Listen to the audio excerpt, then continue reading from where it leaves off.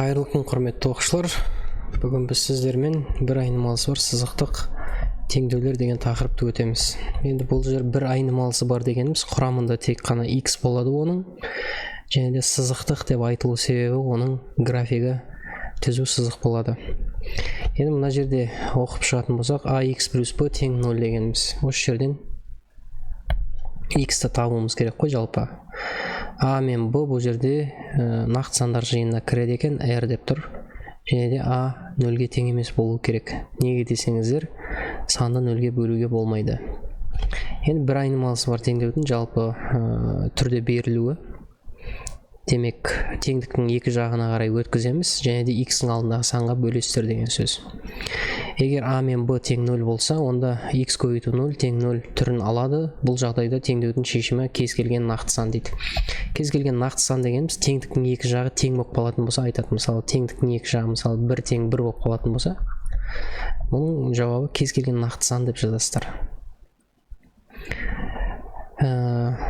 Енді егер a 0-ге тең, b 0-ге тең емес болса, теңдеуі түрін алады. Бұл жағдайда теңдеудің түбірі жоқ дейді. Мысалы, бірінші жағы, например, 5 шығып тұрса, екінші жағы, мысалы, минус 3 шығып тұратын болса, ондай жағдайда түбірі жоқ деп айтылады екен. Енді қысқаша осылай, ары қарай кеттік. Енді мысалдарды сразу шығарып кете береміз. Есептің бүкіл шығару жолы бәрінде бірдей, шын айтқан кезде. Енді қарайық, мына жерде x-ті табу үшін, мына x-тің алдындағы санды бөлшектің астына жібересіздер деген сөз. Демек, мына жерде теңдіктің оң жағындағы сан алымына жазылады, x-тің алдындағы сан бөліміне кетеді деген сияқты. Бағана жазып қойды, x тең минус b бөлу a деген. Бұл бізде ax қосу b тең 0 деп берілген теңдеуде осылай. Енді екінші теңдеуді шығарайық. Теңдікте қарасаңыздар, екі жақта тұрады бізде. Жалпы теңдеу дегеніміз таразының екі басы сияқты ғой. Таразының екі басы тең болып тұрады. Енді бергі жағына белгісіз айнымалыларды жинаймыз. 2x, мына x-тің алдында бізде плюс таңбасы бар. Плюс таңбасы ол бері өткен кезде минус таңбасы болып өтеді. Теңнен кейін 3 деген сан бар, 3-тің алдында плюс саны бар, демек оған жай ғана 3 деп жазамыз.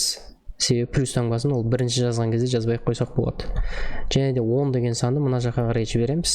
Ол минус 10 болып тұр, былай қарай өткенде плюс 10 болып барады.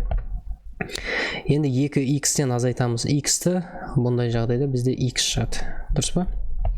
Қосатын болсақ, 2 13. Мына есептің жауаптары шықты. Қарапайым теңдеулер. Келесісі. Үшінші есепте мына жерде жақша ашуымыз керек екен. Ең бірінші кезек мен 3x минус 7 жақша ашу деген 5-ші сыныптың тақырыбы ол 2x қосу 2 болады. Мына жақшаның сыртындағы 2, мына екеуіне де көбейтіледі деген сөз. Тура алдыңғы есеп сияқты x-тарды бергі жаққа қарай өткіземіз. Мынаның алдында плюс бар бізде. Плюс бері қарай өтсе, минус 2x болып өтеді, тең 2-ні жазып аламыз. И мына 7-ні былай қарай өткізсек, плюс 7 болып өтеді. 3x-тан 2x азайтсақ, бізде тағы да x шығады. 7-ге 2-ні қосатын болсақ, ол бізде 9. Теңдеудің жауабы шықты. Мына жеріміз енді x бөлінген 2 минус 5 тең x бөлінген 4. Бұл есеп бізде бөлшекпен берілген, бірақ бұдан еш қорқудың қажеті жоқ. Бөлшекте мысалы қарасаңыздар, мына жерде 5 деген санды көріп тұрсыздар. 5-тің астында қандай сан бар? 1 деген сан бар. Себебі еш нәрсе жоқ қой ода. Демек, біз оған не істеуіміз керек? Ортақ бөлім беруіміз керек. Ортақ бөлімі ол бізде 4 деген сан болады. Үлкені қалған екеуіне бөліп көрсеңіздер бөлініп тұр. 4-ті 2-ге бөле аламыз, 4-ті 1-ге бөле аламыз. Демек, мынаған 2-ден береді екенбіз. 1-ге 4-тен береміз. 4-ті 1-ге бөлсек 4. Ал мынаған 4-4-ге бөлсек 1-ден береміз деген сөз. Енді мына 2-ні астына да үстіне де көбейтіп шығам. Сол кезде 2x бөлінген 4 болады екен. Азайту 4-ті 5-ге көбейтсек 20, 20 астында 4 болады деген сөз. Негіз былай алғанымызда дұрыс қой, 20 бөлінген 4 ол 5 екенін түсінікті ғой негізі. Мына жеріміз x болады. мынауымыз 4 болады, өзі шығады жалпылама айтқан кезде. Енді бөлшектің бөлімдеріне қарасаңыздар, үшеуі де бірдей болып тұр, 4. Бұны тастап кетесіздер. Осылай сызасаңыздар да болады. Сол кезде 2x минус 20 тең x қалады. Енді x-ті бергі жағына қарай өткізуіміз керек. Жинап 2x мынаның алдында бізде плюс таңбасы бар. Ол бері қарай өткен кезде минус x болып өтеді. Тең минус 20 болып тұр. Былай қарай өтетін болсақ, плюс 20 болып өтеді. 2x-тан x азайтатын болсақ, ол бізде x шығады. Кейбіреулер былай ойлайды жалпылама айтқан кезде. Түсіндіріп айтайыншы, 2x азайтылған x, мына жерде x мен x-ті қысқартып жіберіп 2 дейді да. Бұл негізі дұрыс емес. Өте грубый ошибка бұл.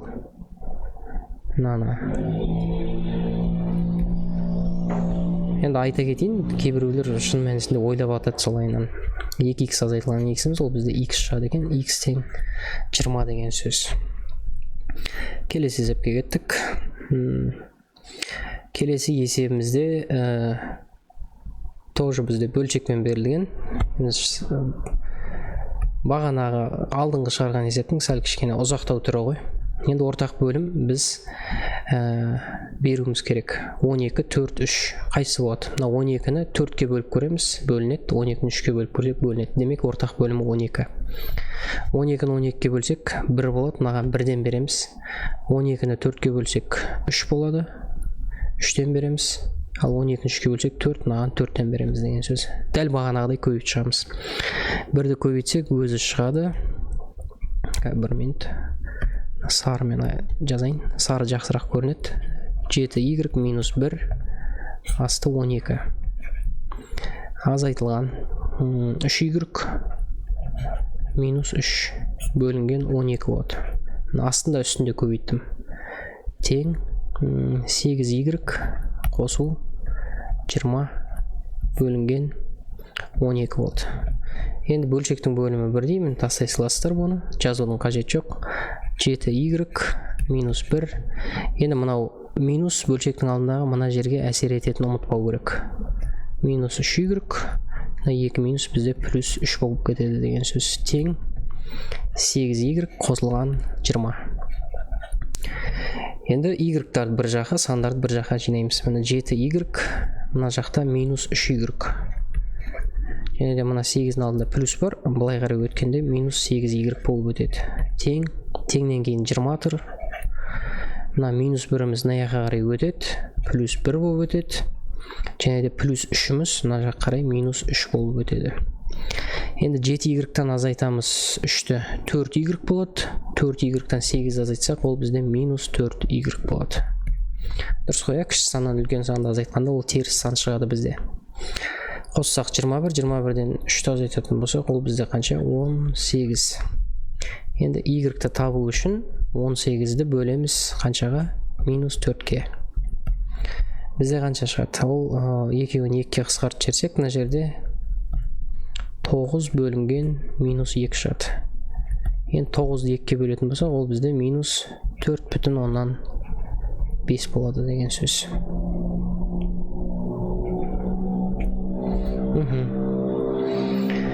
Так, келесі мысал бізде пропорция ғой, былайынан и былайынан көбейте саламыз. Сол кезде бізде болады екен 5 көбейтілген 2x минус 1 тең, ал мынауымыз 3 көбейтілген 2x плюс 5. Енді 5-ті мынаған көбейтсек 10x болады и азайту 5. Екеуіне де көбейттім. Мынаны екеуіне көбейтем, 6x қосылған 15. Егер бұл тақырыптарды білетін болсаңыздар, негізі алдын ала шығарып тастаңыздар, сосын салыстырып отырасыздар ғой. 10x азайтылған 6x болады. Дұрыс па? 6x-ның алдында плюс, бері өткен кезде минус болады. Егер плюс 15 өз жағында тұр, жай өз жазылады. Мына минус 5 мына жаққа қарай өтеді. Плюс 5 болады сол кезде. Азайтсақ 4x тең 20. X-ті табатын болсақ, бізде 5 шығады деген сөз. Бұл бізде қанша? 6-шы мысал екен, мына жерде жоқ. Жазып қоя салайық. 7-ші мысал, енді 7-ші мысал бізде пропорция. бұл да пропорция негізі, бірақ бөлуді бөлшек сызығымен емес, бөлумен жазып қойған. Мысалы, мына жерге былай жазсаңыздар да болады. 0,4 и 0,7 тең x 2,1 депті. Сосын x-ті табу үшін 0,4-ті 2,1-ге көбейтіп, 0,7-ге бөле саласыздар. Дұрыс деп ойлаймын енді. X тең көрдіңіздер ғой, бөлуді бөлшек сызығымен жаза салдық и есептей береміз әрі қарай. 2,1 көбейтілген 0,4 бөлінген 0,7. Енді мына жерде өте ыңғайлы тұр. 2,1-ді 0,7-ге бөлсек, онда бізде 3 шығады таза. Егер 1 шығады. Сол кезде 3 көбейтілген 0,4-дің ол бізде 3-ті 0,4-ге көбейтсек 1,2 шығады.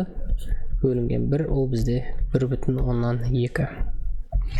Немесе мына есепті былайынан көбейтсеңіздер болады. 2 шеткі мүшесін көбейтеміз. 2 ортаңғы мүшесін көбейтеміз деп шығарады 5-ші сыныптарда. Сол кезде 0,7x тең 2,1 көбейтілген 0,4. X-ті табу үшін соңынан 0,7-ге бөлесіздер. Мына екеуін көбейтіп, бұл қайтадан сол 1,2 шығады деген сөз. Калькулятормен тексеріп көре аламыз.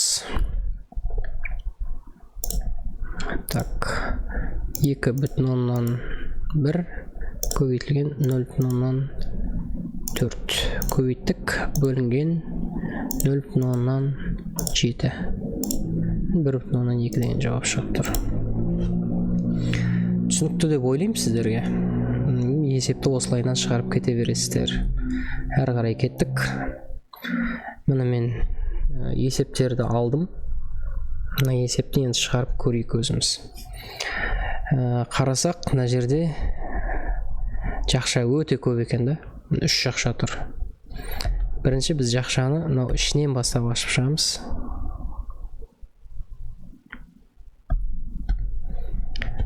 Так, бір минут. Ішінен бастап. Демек, мені былайынан жазылады. 9 қосу x жазамыз да бірінші. Минус. Қайтадан x жазылады. И мына жерде жақшаны ашуымыз керек. Мына x жазылып тұр өзі. Мына жерден өзі жақшаны ашамыз. Мына жерден бастап. Минус x алдындағы минус маған әсер етті. Сөйтті де плюс 9 болып кетті деген сөз. Екі жақша болады. Тең. Мына жағы өзі көрінбей жатыр. Сарымен. Так. Қызылмен жаза берейін. Тең. Мына жер 2 минус x өзі жазылады. Мына жерде демек x мен x-ті қысқартасаңдар да болады.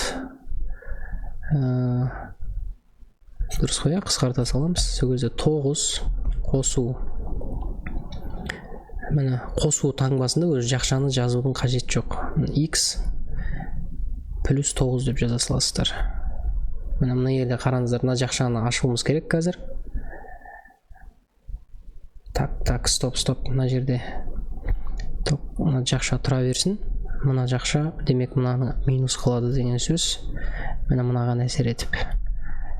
И осылайынан қалады. Тең 2 минус x болады деген сөз. Демек, жақшаны аша салуға болады жай ғана. Себебі плюс таңбасы тұр. Еш нәрсе өзгермейді. Тең 2 минус x. Енді мына жерде қарасаңыздар, 9-дан азайтылған 9 екеуі қысқартылып кетеді. X бір жағына жинаймыз. Мына минус x-іміз бері қарай өткенде плюс x болып өтеді. Тең 2 болады.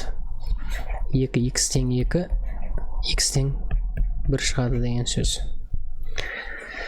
Енді мына есепті өздеріңіз шығарып көресіздер. Әлі де бірақ болады. Енді шығарып көріңіздер. Қазір мен шығарам, сосын менікімен салыстырасыздар. Видеоны паузаға қойып қойыңыздар. 7x минус 7x минус x плюс 8 болып кетті. Мына таңба мынаған әсер етеді міндетті түрде. Тең 1 дейміз.